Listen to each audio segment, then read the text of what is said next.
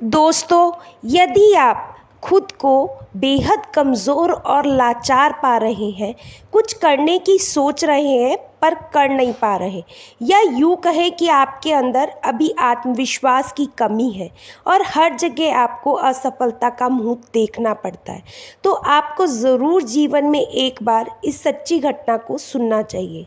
यह सिर्फ आपको सफल ही नहीं बनाएगी, बल्कि आपके अंदर के आत्मविश्वास को भी जगा देगी और आपको इसका पता भी नहीं चलेगा। दुनिया में कुछ बड़ा करने के लिए, कुछ बड़ा हासिल करने के लिए आप हमारे आत्मविश्वास का बड़ा होना बहुत ज़रूरी होता है। तो बिना समय गंवाए चलते हैं कहानी की तरफ। प्राचीन समय में निरंजना नदी के किनारे बसे एक गांव में हेमू नाम का एक नौजवान युवक रहता था। आपको जानकारी के लिए बता दूं, निरंजना नदी के पास में ही एक वटवृक्ष है, उसी के नीचे बैठकर महात्मा बुद्ध को ज्ञान प्राप्त हुआ था। दोस्तों, उस समय शिक्षाएं आश्रम में दी जाती थी। उस समय की दी हुई शिक्षाएं आज के समय में बिल्कुल फिट बैठती है। हेमू का बचपन तो अच्छा गुजरा, धीरे धीरे वह भी बड़ा होने लगा। कहते हैं ना, जब जिम्मेदारियों का बोझ सर पर आता है तो हमारी असली परीक्षा शुरू होती है। बचपन में माता पिता का हाथ हमारे सर पर होता है तो हमें कुछ पता ही नहीं चलता, लेकिन जब खुद कमाना पड़ता है तभी हमारे असली संघर्ष और हिम्मत की पहचान होती है। हेमू भी बड़ा हो गया था, कमाने लायक हो गया था। बारिश का मौसम था, हवा खूब तेज चल रही थी, ओले पड़ रहे थे। हवा इतनी तेज बह रही थी, ऐसा लग रहा था कि वे पेड़ों को उखाड़ कर अपने साथ बहा ले जाएगी। हेमू के घर पर 2 बैल थे। बैलों के द्वारा ही उनका खेती बाड़ी का काम चल रहा था, लेकिन मौसम खराब होने की वजह से आंधी और बारिश इतनी तेज थी कि बारिश में बैल भीग रहे थे। तो हेमू की माँ ने सोचा कि इनको छाँव में खड़ा कर देती हूँ। जैसे ही वे बाहर निकली, वैसे ही वह फिसल गई और उनकी कमर टूट गई। फिर उसकी माँ कभी ठीक से चल नहीं पाई और बहुत सारे पैसे उनके इलाज में खर्च हो गए। इतना पैसा खर्च होने के बाद भी हेमू की माँ ज़्यादातर अपने बिस्तर पर ही लेटी रहती। हेमू नौकरी की तलाश में, कामकाज की तलाश में घर से बाहर निकल आया, क्योंकि अब पैसों की ज़रूरत थी। पहले तो घर का काम आसानी से चल रहा था, परंतु अब पैसे की परेशानी की वजह से उसे कामकाज की तलाश में घर से बाहर निकलना पड़ा। जो पैसे वे लेकर निकला था, वे सब 1-2 दिन में ख़त्म हो गए। हेमू को कई जगह पर काम भी मिला, वह कुछ दिनों तक वहाँ टिका भी रहा। उसके काम करने के तरीके की वजह से उसके मालिक उससे असंतुष्ट हो जाते थे और उसे नौकरी से निकाल देते थे। ऐसा उसके साथ हर जगह होता। वह जहाँ जाता, कुछ दिन नौकरी करता और फिर वहाँ से निकाल दिया जाता था, क्योंकि वह ठीक ढंग से कोई काम नहीं सीखा था। हर बार नौकरी से निकाल दिए जाने के कारण हेमू को समझ नहीं आ रहा था कि क्या कमी है उसमें, जिसकी वजह से उसको हर जगह से निकाल दिया जाता है, भगा दिया जाता है। अब उसे ज़रूरत थी एक ऐसे गुरु की जो उसे सही मार्ग दिखा सके, क्योंकि वे ऐसे समय में अगर कोई सही मार्ग दिखा जाता है तो इंसान की ज़िंदगी संवर जाती है। क्योंकि जब इंसान कुछ कर नहीं पाता, वह सबसे मुश्किल समय होता है। ऐसे में अगर इंसान को बहुत कुछ संभलने की ज़रूरत होती है। हेमू हताश, निराश, परेशान होकर एक बगीचे में बैठा हुआ था। तभी वहाँ से कुछ बौद्ध भिक्षु अपने बर्तन में भिक्षा पात्र लेकर वहाँ से गांव की तरफ लौट रहे थे। वे आश्रम की तरफ बढ़ रहे थे। न जाने हेमू के मन में क्या सूझा, हेमू उन सबको देख रहा था और उन सबका पीछा करने लग जाता है। पीछा करते करते आश्रम में पहुंच जाता है। जब आश्रम के कुछ बच्चों ने हेमू को देखा तो उन्हें लगा कि ये चोर है। वे लोग चिल्लाने लगे, आश्रम में चोर घुस गया, आश्रम में चोर घुस गया। तभी कुछ बच्चे दौड़कर उसे पकड़ लेते हैं, आश्रम में लाते हैं। वे हाथ जोड़कर उन सभी से प्रार्थना करता है कि कहता है, मैं चोर नहीं हूँ, मैं ज़िंदगी से हारा हुआ एक इंसान हूँ। मेरी ज़िंदगी में कुछ भी नहीं बचा है। मेरी एक माँ है जिसकी कमर टूटी हुई है, वे बिस्तर पर लेटी रहती है। उसके इलाज में बहुत सारा पैसा खर्च हो गया। खेती बाड़ी थी, वे सब भी माँ के इलाज में बिक गई। मैं पैसा कमाने के लिए काम की तलाश में इधर उधर भटक रहा हूँ। मैं जहाँ कहीं जाता हूँ, नौकरी से निकाल दिया जाता हूँ। मैं पूरी कोशिश करता हूँ कि अपना 100% दे सकूँ, पर पता नहीं क्या हो जाता है कि मैं जहाँ जाता हूँ, कुछ दिनों बाद मेरा मालिक मुझसे नाराज़ हो जाता है और मुझे वहाँ से निकाल दिया जाता है। इतना कहकर हेमू रोने लगा। दोस्तों, ऐसे बुरे वक्त में किसको रोना नहीं आएगा। तभी उस आश्रम के प्रधान भिक्षुक वहाँ पर आ जाते हैं। वे सभी को हटने का आदेश देते हैं और उस हेमू के पास पहुंचकर बैठकर उसकी परेशानी समझते हैं।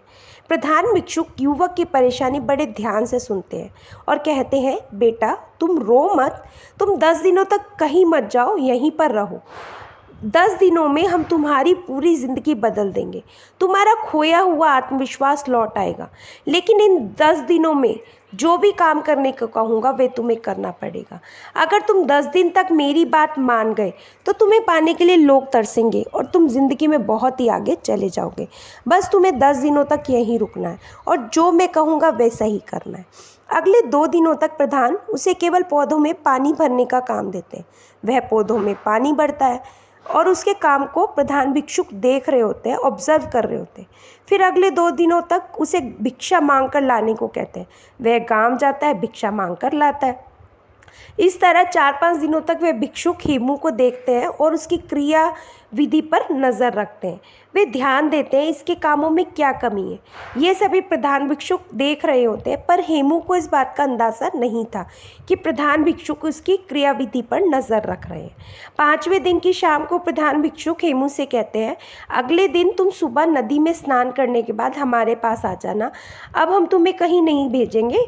हेमू जैसे तैसे आश्रम में रात को सो जाता है और सुबह उठते ही नदी के पास आता है और वहाँ से स्नान करने के बाद वापस उस प्रधान भिक्षुक के पास पहुँच जाता है।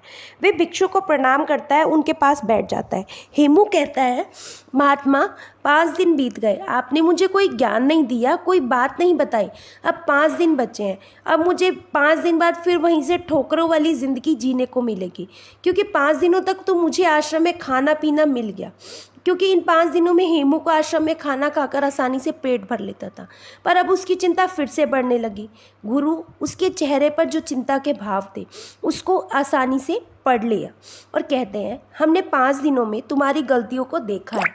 क्यों लोग तुम्हें भगा रहे हैं, क्यों तुम्हें नौकरी से निकाल रहे हैं और तुम क्यों हर जगह असफल होते आ रहे हो, यह सब मुझे पता चल गया। अब मैं तुम्हें 7 ऐसे तरीके बता रहा हूँ जो तुम्हारी कमियों को दूर करने के साथ साथ तुम्हारे अंदर के आत्मविश्वास को बढ़ा देंगे। वे हेमू से कहते हैं कि तुम्हारे अंदर आत्मविश्वास को बढ़ाने वाला पहला तरीका है, पहले छोटे छोटे कामों को करो और सबसे पहले उन छोटे छोटे कामों को करने का लक्ष्य बनाओ। अगर तुम पहले छोटे छोटे कामों को करोगे तो तुम्हें छोटे कामों को करने का अनुभव प्राप्त हो जाएगा और तुम्हारा आत्मबल भी धीरे धीरे बढ़ने लगेगा, क्योंकि तुम छोटे छोटे कामों को करना सीख जाओगे और उन कामों से जो तुम्हें सीख मिलेगी वे तुम्हें ज़िंदगी में बहुत आगे ले जाएगी। अगर तुम्हें बड़ा करना है तो पहले छोटे छोटे कामों को करना सीखो।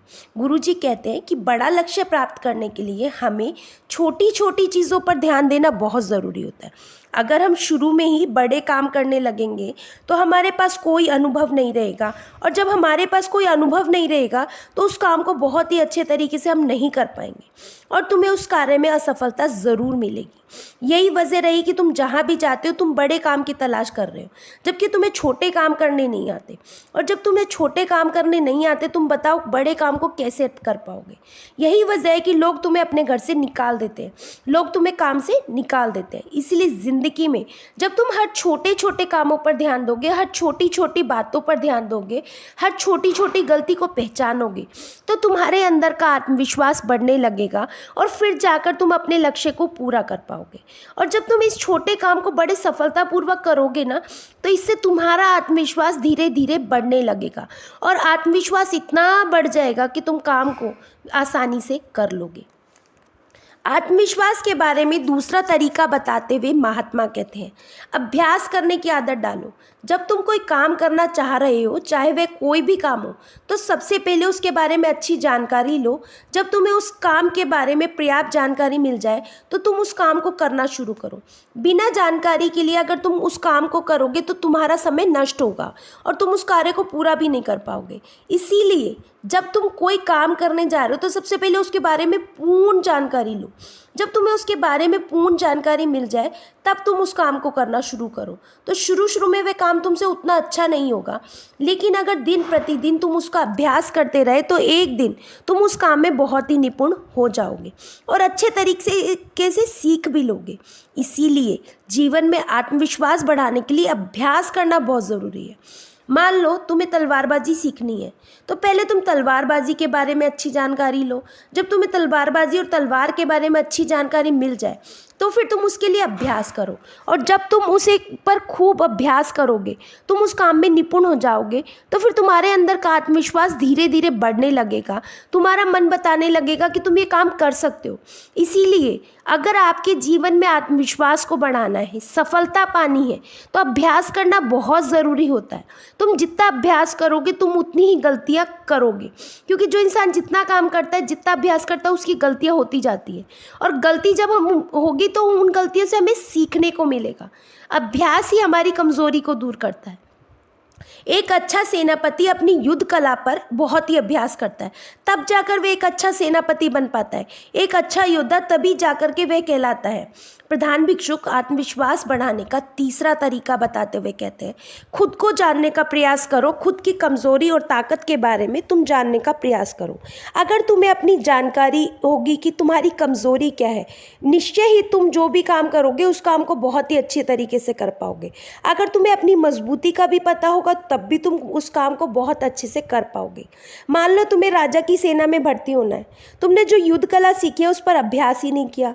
अगर तुम्हें अपनी कमज़ोरी भी नहीं पता कि तुम्हें तलवार चलाना नहीं आता, तो तुम्हें विरोधी तलवारबाजी में तुम्हें हरा सकता है। लेकिन अगर तुम्हें अपनी कमज़ोरी पता है तो तुम पहले से उस पर अभ्यास कर लोगे, तुम सामने वाले को मौका नहीं दोगे। इसीलिए खुद की कमज़ोरी का समझने का प्रयास करो, उस कमज़ोरी पर बार बार अभ्यास करो, ताकि सामने वाला तुमको कभी हरा ना सके। प्रधान भिक्षुक खेमू से कहते हैं कि तुम काम करने जाते थे लेकिन तुम्हें अपनी कमज़ोरी के बारे में नहीं पता था, जिससे तुम्हारा मालिक बड़ी जल्दी तुम्हारी कमज़ोरी पकड़ लेता था। और जब किसी की कमज़ोरी तुम्हारे हाथ में आ जाती है ना, तो वहीं से तुम्हारी उल्टी गिनती शुरू हो जाती है। इसलिए अपनी कमज़ोरी जानने का प्रयास करो। जब तुम्हें अपनी कमज़ोरी के बारे में पता चल जाए तो फिर तुम्हें कोई नहीं हरा सकता, तुम उसे पहले ही सुधार लोगे। महात्मा आत्मविश्वास को बढ़ाने का चौथा तरीका बताते हुए कहते हैं, तुमने अभ्यास करना तो सीख लिया, अपनी कमज़ोरी को भी जान लिया, लेकिन अगर तुम्हारा अपने आप पर नियंत्रण नहीं है तो इन सब का कोई मतलब नहीं रहेगा। इसलिए अपने आप को नियंत्रण में लाने के लिए सबसे पहले मन को नियंत्रित करो। जब तुम्हारा मन नियंत्रित हो जाएगा, जब तुम अपने काम को बहुत ही ज़्यादा ध्यान से करोगे और जब तुम अपने काम को ध्यान देने लगोगे, तो गलती होने की कोई गुंजाइश बहुत ही कम हो जाएगी। इसलिए मन को नियंत्रित करना बहुत ज़्यादा ज़रूरी होता है। आत्मविश्वास बढ़ाने के लिए प्रधान भिक्षु खेमू को पांचवा तरीका बताते हुए कहते हैं, खुद का भी सम्मान करो और लोगों से भी सम्मान करो। जो भी तुम्हें उपलब्धि मिली है तुम्हें उससे सम्मानित महसूस करना चाहिए, खुद पर गर्व करना चाहिए कि मैंने इस काम को कर लिया। जब तुम खुद पर गर्व करोगे तो तुम्हारा आत्मबल, तुम्हारा आत्मविश्वास बढ़ने लगेगा। इसीलिए अगर तुम्हें अपने आत्मविश्वास को बढ़ाना है ना, तो तुम अपनी छोटी छोटी उपलब्धियों से सम्मानित महसूस करो। किसी काम को छोटा मत समझो, और जब उस काम को कर लो तो खुद को सम्मानित महसूस करो, अपने ऊपर गर्व करो।